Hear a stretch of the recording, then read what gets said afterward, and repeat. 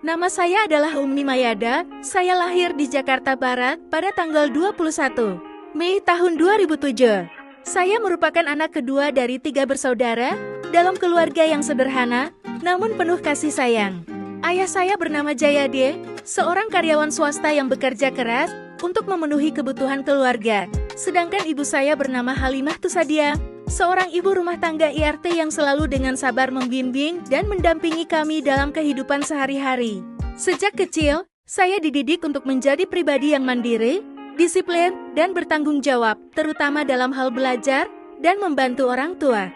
Nilai-nilai tersebut terus saya pegang hingga saat ini dan menjadi dasar bagi saya dalam menjalani kehidupan dan meraih cita-cita. Saya memulai pendidikan di Taman Kanak-kanak Tika di lingkungan tempat tinggal saya. Saat itu, saya mulai belajar hal-hal dasar seperti membaca, menulis, berhitung, dan mengenal lingkungan sekitar. Masa TK adalah masa yang menyenangkan karena saya memiliki banyak teman dan kegiatan yang seru. Contohnya saya mengikuti lomba tari tradisional dan menang juara 3, bahkan bukan itu saja, saya juga pernah mengikuti lomba mewarnai di luar sekolah dan mendapatkan juara 2. Mendapatkan banyak hadiah, dan yang lebih membuat saya senang adalah mama saya menatap mataku dengan penuh bangga. Setelah lulus dari Taman Kanak-kanak TK, saya melanjutkan pendidikan ke sekolah dasar SD. Masa ini menjadi titik awal perjalanan panjang saya dalam menuntut ilmu. Di SD, saya mempelajari banyak hal baru yang sebelumnya belum pernah saya kenal. Dari mata pelajaran akademis seperti matematika, bahasa Indonesia, dan IPA, hingga pelajaran non-akademis yang melatih keterampilan dan bakat. Selain belajar di dalam kelas, saya juga aktif dalam kegiatan ekstrakurikuler. Saya mengikuti paskibra, silat, dan pramuka. Semua kegiatan ini memberi saya pengalaman baru yang tidak hanya melatih kedisiplinan, tetapi juga membentuk karakter saya menjadi lebih kuat. Melalui paskibra, saya belajar arti kebersamaan dan ketegasan. Dari silat, saya belajar menjaga diri sekaligus melatih fisik. Sedangkan pramuka mengajarkan saya banyak keterampilan praktis dan nilai kerjasama. Namun, perjalanan saya di SD tidak selalu mudah. Pada awalnya, saya cukup kesulitan untuk beradaptasi karena sifat saya yang introvert. Saya lebih banyak diam dan cenderung menutup diri, sehingga sulit bagi saya untuk menonjol di kelas. Bahkan, saya sering merasa mengecewakan orang tua karena tidak berhasil meraih juara kelas atau peringkat tinggi. Perasaan itu cukup membebani saya, tetapi saya tidak menyerah. Saya terus berusaha meyakinkan diri sendiri bahwa saya bisa bangkit kembali, sebagaimana saat di TK ketika saya pernah meraih beberapa prestasi. Keyakinan itulah yang membuat saya terus melangkah, meskipun dengan perlahan. Setelah menamatkan pendidikan di SD, saya melanjutkan ke sekolah menengah pertama SMP.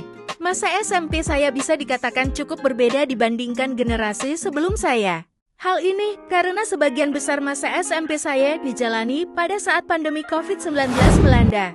Hampir seluruh kegiatan belajar mengajar dilakukan secara daring. Saya harus beradaptasi dengan sistem pembelajaran online menggunakan gawai, aplikasi rapat virtual, dan platform belajar digital.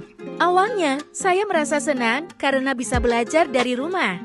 Namun, seiring berjalannya waktu, saya menyadari banyak keterbatasan yang muncul. Belajar secara daring membuat saya kurang aktif dan kurang efisien dalam memahami pelajaran.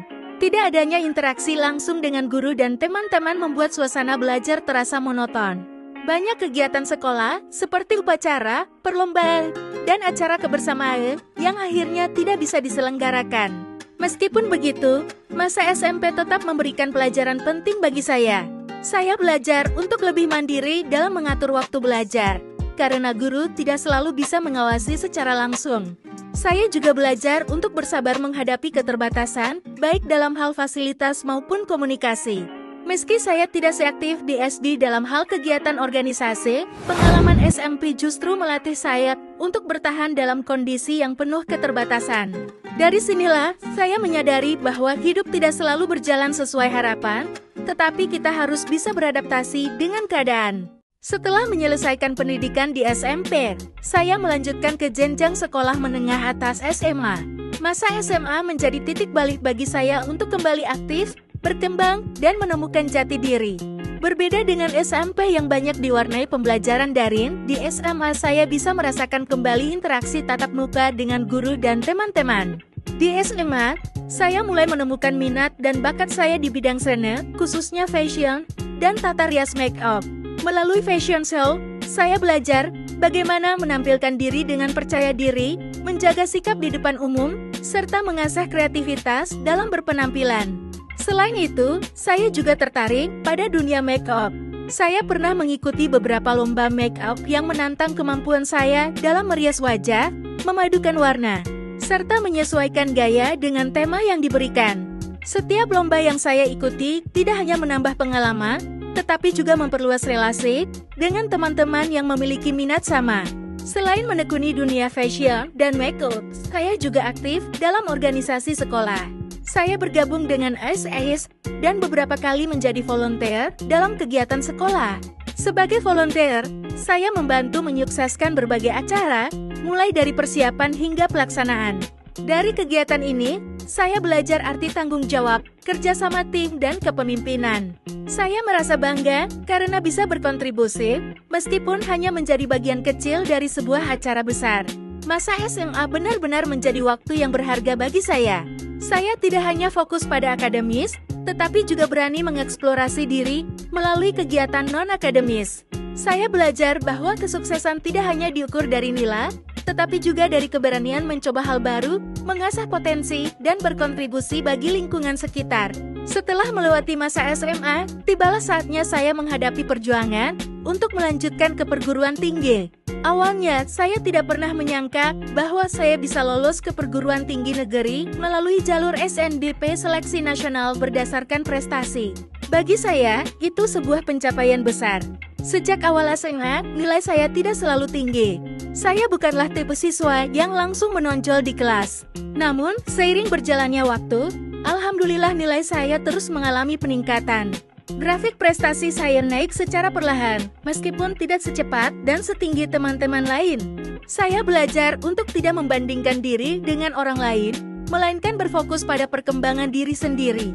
Walaupun saya tidak sepintar anak-anak lain yang terlihat selalu unggul di kelas, saya berusaha tekun, konsisten, dan tidak mudah menyerah. Berkat usaha itu, saya bisa membuktikan bahwa kerja keras akan membuahkan hasil.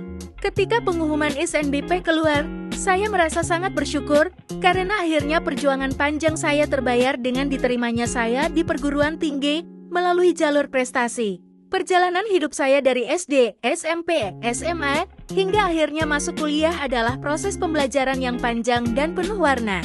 Saat di SD, saya belajar mengatasi sifat introvert dan mulai aktif dalam kegiatan ekstrakurikuler.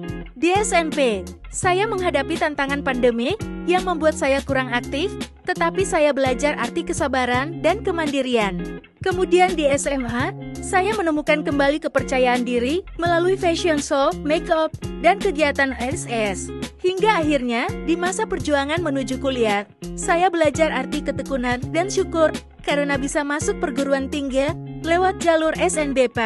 Semua pengalaman itu membentuk diri saya hingga saat ini.